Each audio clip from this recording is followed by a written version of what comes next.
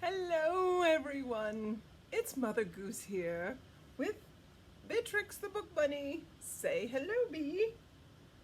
I am Miss Library's sister here, Mother Goose here to tell you some wonderful stories. I can't wait. Now, Beatrix, get on your magic carpet. There we go. You all get on your magic carpet. Are you ready?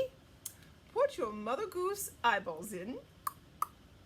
Put your fairy ears on. Put your goose mouth in. Honk. Oh dear. We better zip that up. Zip it up. Seatbelts. Click. Now, I have to tell you that I am Miss Library's sister. I know. We look alike. We talk alike. There's 4 of us. I'm one of them. Mrs. Claus is the other one. And we don't like to talk about the 4th one. She's not always very nice. She's a witch. But that's for another story time. Anyway, I am a much better driver than my sister my sister Miss Library, but don't tell her that. So put your seatbelts on. Click. Are you ready? 5, 4, 3, 2, 1. Blast off! Ah, see, I told you. I cannot wait to share Mother Gooseland with you. It's such a lovely place. And this is how I travel. On a goose. I just jump on him and go anywhere I want. This is what happened just recently, though. Do you see this?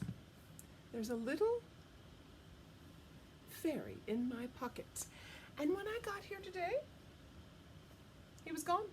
I don't know where he went. You might want to look around your house. Maybe he came home with you by mistake. I don't know where he is. He's very friendly. Don't be afraid. He just wants to play and snuggle, and he likes to leave treasures around. So if you see a treasure, chances are he's around. I don't know if he's going to come home with me or not. We'll find out. Anyway, I can't wait to share with you some stories. But first, let me show you where I live. Here is my house. Yes, I live in a tree. And they call me Mother Goose because, well, I have geese everywhere. I love geese. Here's the father goose that usually gives me a ride everywhere. And here's a Mother Goose. And her babies, they're everywhere.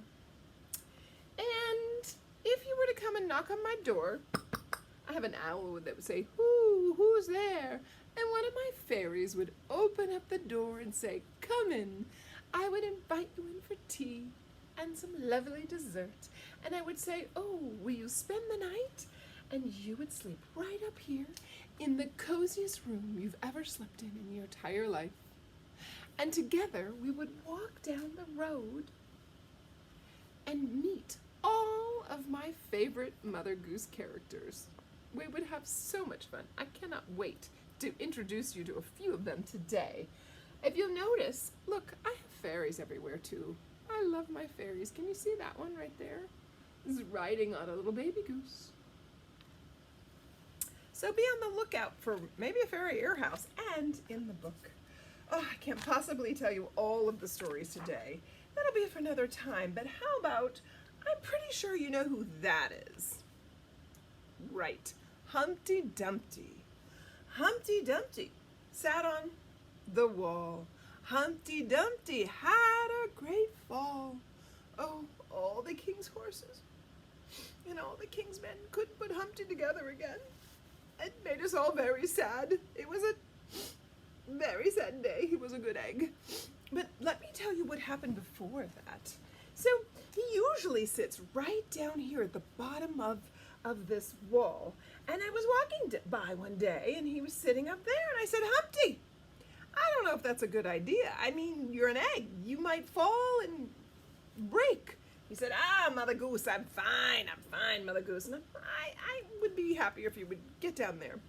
He didn't listen to me, and when I went over to talk to the queen, he fell off. But he was okay. He was okay.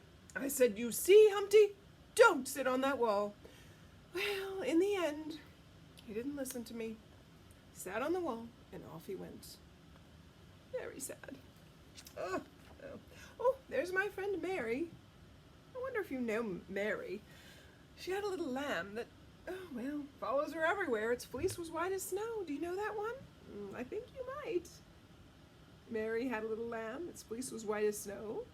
And everywhere that Mary went, the lamb was sure to go.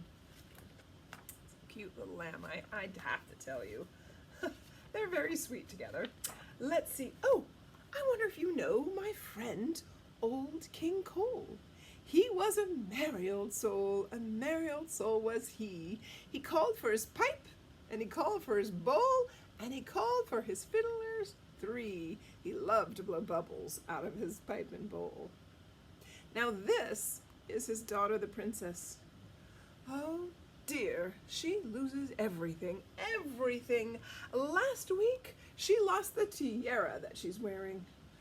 Oh, I just don't even know what to do with her. Doodle, doodle, doo. The princess lost her shoe. Oh dear, her highness hopped. The fiddler stopped, not knowing what to do. And her shoe is just right there behind her, but it'll take her a while to find it. Oh, here's one of my absolute favorite stories. Do you know Little Miss Muffet? She sat on a tuffet, which is like a stool, eating her curds and whey. Along came a spider. Ah! That frightened Miss Muffet away. Oh, oh, oh. She was so frightened, she went screaming off. And guess what happened after that? Well, Mr. Spidey started crying. He said, I just wanted to talk to her. I don't know why everyone's always running away from me. Well, I had to go and talk to little Miss Muffet. And I said, oh, Miss Muffet, please go and talk to Spidey. She said, I don't like spiders. I'm not doing it. I'm scared. And I said, please, Miss Muffet, go and talk to Spidey. Oh, no, I don't like spiders, she said. Well, I finally talked her into it. And you know what? To this day, they have breakfast together every day. Now, they are the best of friends. Isn't that a lovely story? I think so.